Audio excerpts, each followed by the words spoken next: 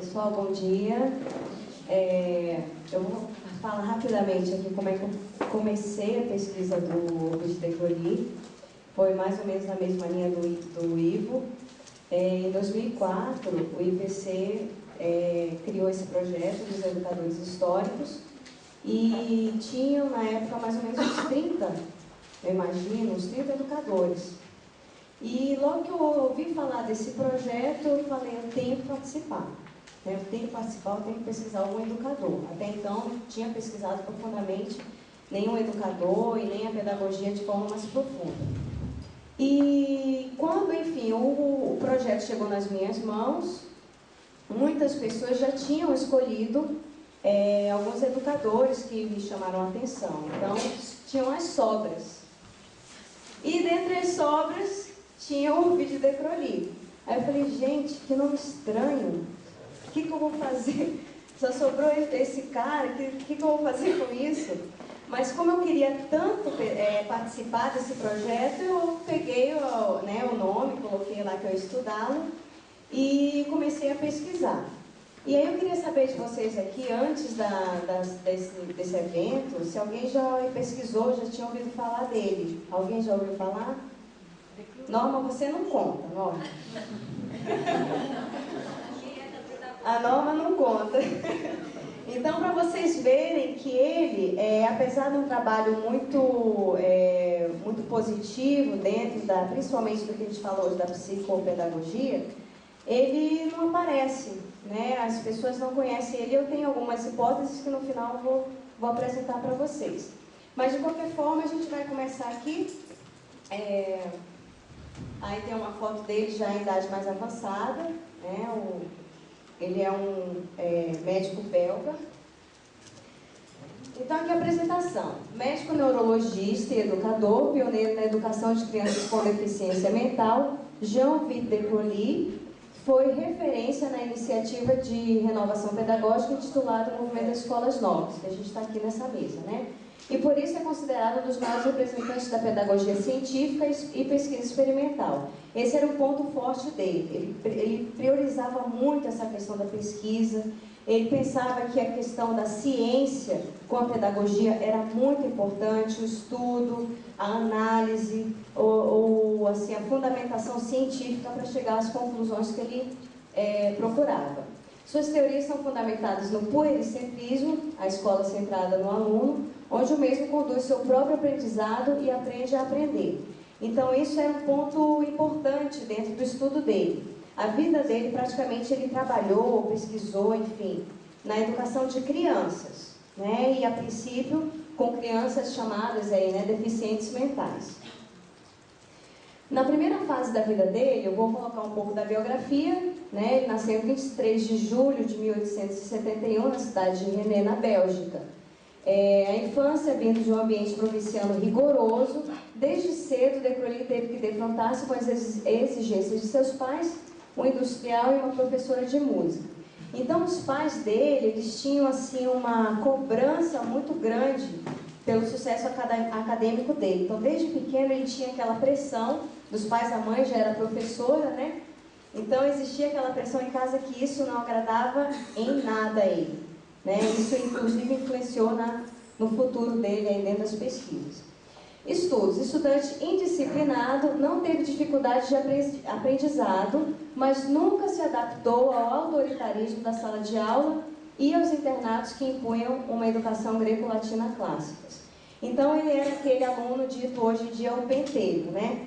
Aquele aluno que os professores chegam na sala dos professores, um torce o nariz para o outro e fala, você vai ter aquela peça na sua sala, se prepara. Então ele foi expulso várias vezes de várias escolas e ele não se adaptava, ele era assim, um aluno revoltado. Catecismo, recusava-se a frequentar as aulas de catecismo, então ele era contra. Qualquer ponto de vista religioso, de doutrinação, isso deixava ele revoltado. Então, aí piorava a situação mais ainda na época, né? Porque, enfim, a escola, a religião, a família, aquela pressão, a rigidez, tudo isso incomodava muito ele. Então, ele ficava revoltado com isso. Interesses. Desenvolveu interesse pela música, desenho, dança e, acima de tudo, pelas ciências naturais. Muitas pesquisas que eu fiz falavam dele como um biólogo também. Né? Então, ele se preocupava muito com a natureza, com a relação, né, entre a natureza e as crianças. Ele, desde pequeno, se interessava pelos animais, pelas plantas. Então, isso é uma influência muito grande dentro do método dele, que a gente vai ver mais adiante. Faculdade. Estudou medicina na Universidade de Jean, na Bélgica, aprofundando suas pesquisas em anatomia patológica do cérebro. Ganhou diversos prêmios que o possibilitaram passar o ano acadêmico de 1896 e 1897 na Universidade de Berlim e no Hospital Salpêtrière, em Paris, onde conheceu especialistas de vanguarda em doenças mentais e começou seus estudos em neuropsiquiatria e posteriormente em psicologia. Então, vocês vejam que ele trabalhou em muitas áreas, né? Ele tinha assim, ele era multifacetado. Então, ele aproveitava as oportunidades também na vida que ele teve, e tudo isso ele aproveitava para estudar e se especializar. Então, aqui, dentro dessa condição da formação dele, ele estudou muito a questão das patologias, e isso que o levou, logo adiante, a trabalhar com as crianças doentes mentais, né, que tinham patologias mentais. E uma grande influência positiva na vida dele foi a esposa dele. Então, ela, desde o momento que ele começou as escolas, né, os projetos, ela sempre apoiou, ela estudou para ser professora, ela ajudava ele nas pesquisas, nas filmagens, nas fotos. Ele foi um dos primeiros pesquisadores que usava a filmagem das crianças para estudar, né, elas no ambiente natural delas, se filmava e depois ia estudar. E ela ajudou muito. E outro ponto que foi positivo também nesse aspecto dela, é que ela era de uma família rica, então ela herdou muito dinheiro, que ajudou, no caso, a custear as pesquisas dele, né, as escolas que ele veio a fazer, a fundar mais para frente. E aí, na segunda fase da vida dele, né, o início, o interesse de De Crowley pelo desenvolvimento educacional infantil iniciou-se quando a Sociedade Pediátrica de Bruxelas o convidou para tornar-se o médico-chefe de uma pequena clínica nova, com o objetivo de observar e tratar as crianças ditas anormais. Então, eles fizeram essa proposta para ele, e ele pensou e falou assim, olha, eu vou aceitar essa proposta, mas com uma condição, que essa escola seja na minha casa, que essas crianças passem o tempo todo comigo e com a minha esposa, e que futuramente elas convivam com os meus filhos, porque aí eu vou poder aprofundar a questão da convivência, do estudo, da interação das crianças e, inclusive, estudar mais profundamente a questão das patologias. Então, assim, a gente vê hoje quem faria isso, né? Então, é uma postura ali que ele trouxe a condição da patologia infantil para a casa dele. Ele convivia com aquilo 24 horas por dia. Então, a casa dele se tornou a escola onde ele pesquisava lá na prática as crianças. Constituiu-se então uma escola, laboratório na própria casa, que passou a ser denominada Instituto de Educação Especial, Laboratório Psicológico do Dr. De Crowley, inaugurado em 1901. Então, nessa época, algumas pessoas ajudaram, né, a organizar essa escola. No começo eram 3 professoras e tinham as crianças anormais. E eles tentavam de tudo para educar, para ensinar essas crianças dos métodos mais avançadinhos que tinham na época, de ensino de leitura, de estudo, aritmética, e no dia seguinte elas não lembravam de nada. Então, eles começaram a chegar à conclusão que o afeto, o carinho, a proximidade, né, a boa vontade não iam ajudar. Às vezes eles colocavam até assim, ensinavam para motivar as crianças, falavam que escreviam em barras de chocolate, né, para ver se fixava aquele conhecimento, no dia seguinte também não lembravam nada. Então, o De Crowley começou a perceber que tinha que haver alguma outra forma dessas crianças se motivarem para fixar aquele conhecimento. E aí ele começou a estudar. Ele observava as crianças no ambiente natural delas, sem interferir. Ele não se preocupava em dar testes para elas. Ele só observava. E ele teve a ideia, que é assim, a base da ideia original dele, que são os centros de interesse, que é ensinar a criança a partir daquilo que ela se interessa, que ela quer aprender. E muitos pesquisadores, mais pra frente, falaram assim, ué, mas é uma coisa tão óbvia, como é que demorou tanto tempo, né, para isso ser descoberto, ser falado? Então, a partir daí, ele começou a ver o que as crianças se interessavam e, a partir dali, ser a ponte, amarrando com o conhecimento teórico para ajudá-las a compreender aquele conteúdo. Então, por exemplo, dá um exemplo aqui. As crianças estavam lá no ambiente e viam um coelho. Então, elas iam lá querer brincar com o coelhinho e tudo. E, a partir dali, o que as crianças iam fazer? Então iam procurar um local para fazer a toca do coelho, ou fazer a gaiola. Então, tinham que tentar estudar um local mais adequado, o que material que ia precisar, fazer o cálculo lá da metragem, depois entrar em contato com a pessoa os fornecedores de madeira para fazer a gaiola, então tinha que saber de cálculo de dinheiro para poder pagar, entrar em contato com o veterinário, estudar livros sobre o coelho, como é que é o coelho, como é que é a produção. Então, a partir daquele fato, as crianças se interessavam em saber tudo sobre aquele ambiente, né, relacionado aos coelhos, e a partir dali ele ia associando ideias e trazendo aquelas informações para a criança. Aí o que aconteceu, gente? Essa escolinha lá na casa dele, começou a ter muito resultado, a partir dessa ideia que ele teve. E os pais dessas crianças anormais falaram, não, você tem que fazer minhas crianças normais também estudar na sua escola. Que está dando tão certo, eu quero que você ensine os meus outros filhos também. E aí, com essa motivação, né, das famílias, ele criou essa escola em 1907, a chamada École de l'Hermitage, que até hoje ela existe, chamada hoje mudada, né, com o nome Escola de Crolly, lá na Bélgica, localizada no subúrbio de Bruxelas, que tinha como lema Escola pela Vida e para a Vida. Então, era um lema que ele utilizava. Então, o que aconteceu aí? As crianças começaram a estudar todas juntas, né? As normais, as anormais, a partir dessa forma de trabalho dele. Observações. Nessa escola experimental, de Crolly estudava as crianças pela observação de suas reações espontâneas, sem a utilização de testes, preferindo estudos individuais de longo prazo. Então, ele observava muito, isso era uma característica do trabalho dele. Ele observava, identificava o que as crianças se interessavam, criava grupos de interesse e, a partir dali, elas iam interagindo e aprendendo juntas ali. Resultados. Essa pesquisa de longo prazo trouxe diferentes componentes da natureza de cada personalidade. Seus estudos analisavam a evolução das noções de cor, quantidade, tempo, idade, origem da vida, valores, competição e desenho. Então, um aspecto aí dentro do método dele é a condição da criatividade do professor. O professor que não tem essa criatividade, essa repressão mental, ele vai ter muita dificuldade de lidar com essa realidade porque não tem um conteúdo pronto. Surgiu do interesse da criança. Se a criança se interessou por uma condição geográfica, o professor vai ter que, digamos assim, organizar a sua programação para atender aquela necessidade. Se a criança tem interesse por uma condição já da natureza, enfim, da biologia, o professor também vai ter que se adequar naquele aspecto ali. Aí tem o de Crolly ali com as crianças, né, na escola, já interagindo e fazendo as pesquisas.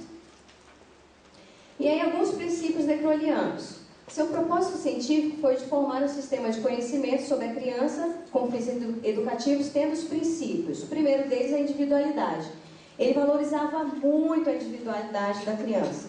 Muito. Era assim um carro-chefe dentro do trabalho dele. Talvez pelos traumas de infância dele, daquela educação rígida, né? O professor ali com aquele conhecimento organizado, empurrando aquilo tudo de forma geral, que todo mundo entendesse. Então, isso era uma prioridade para ele, a liberdade da criança, o respeito à originalidade da criança.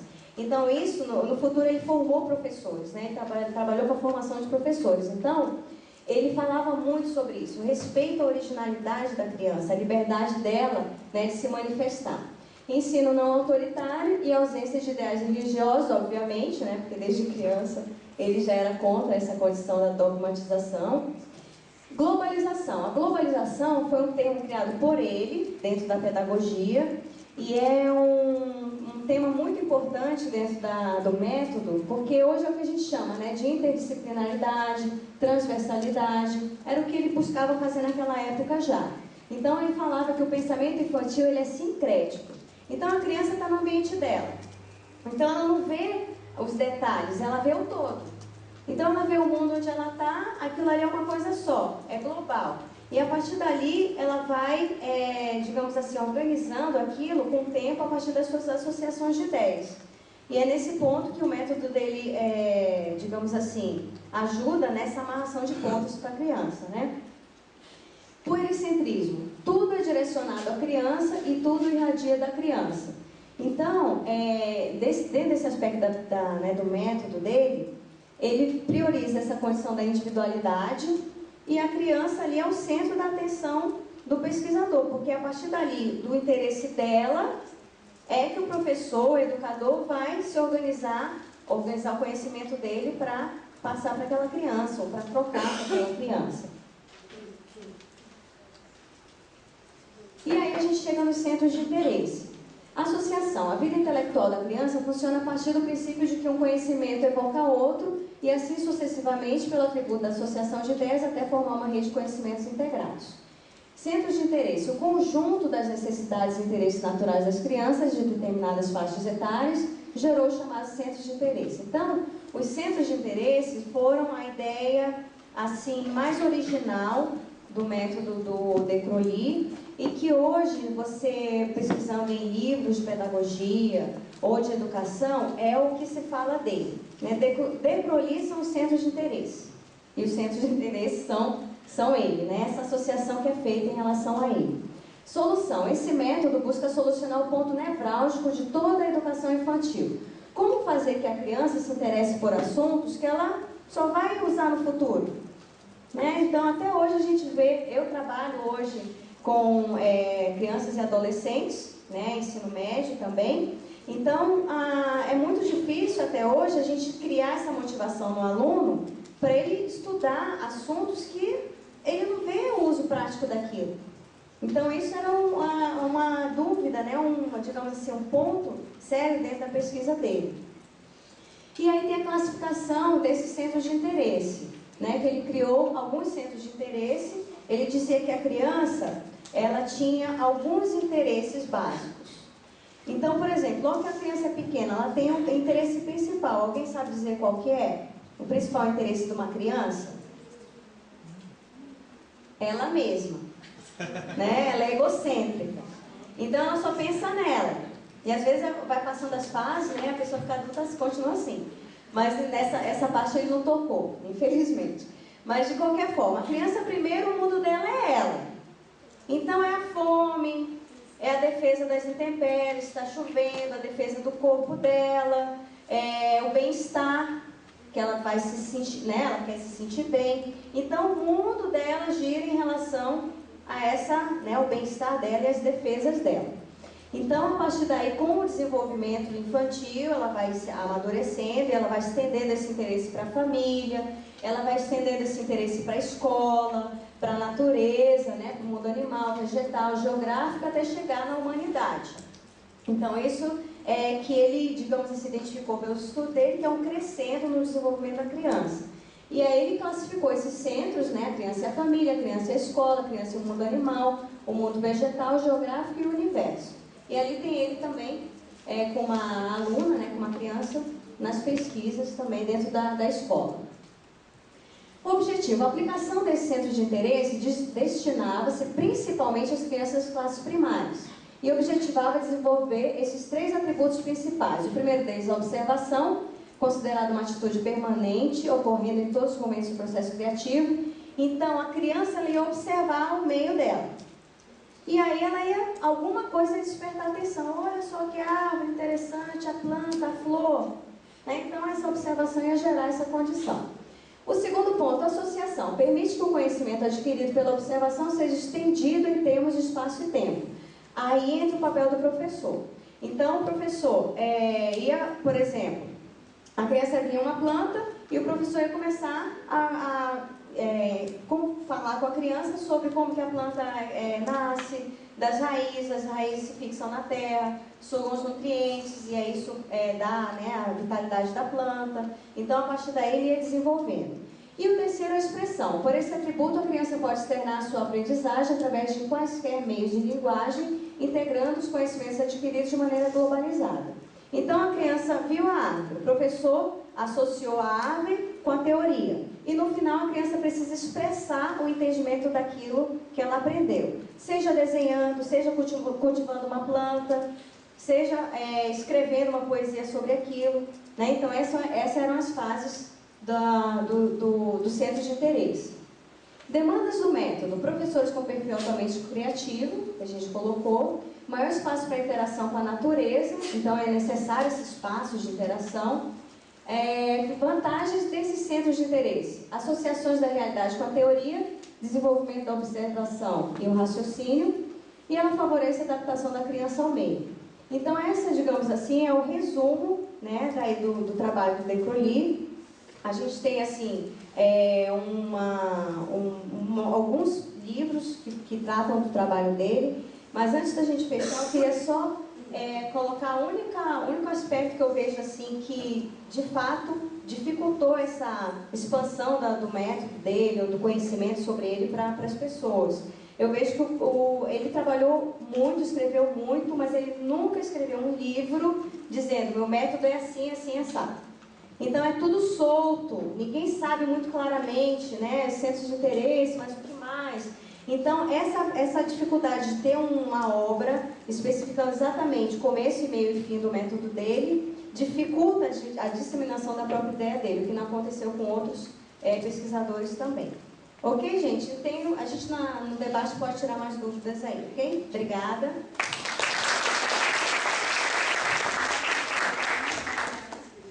Agradecemos.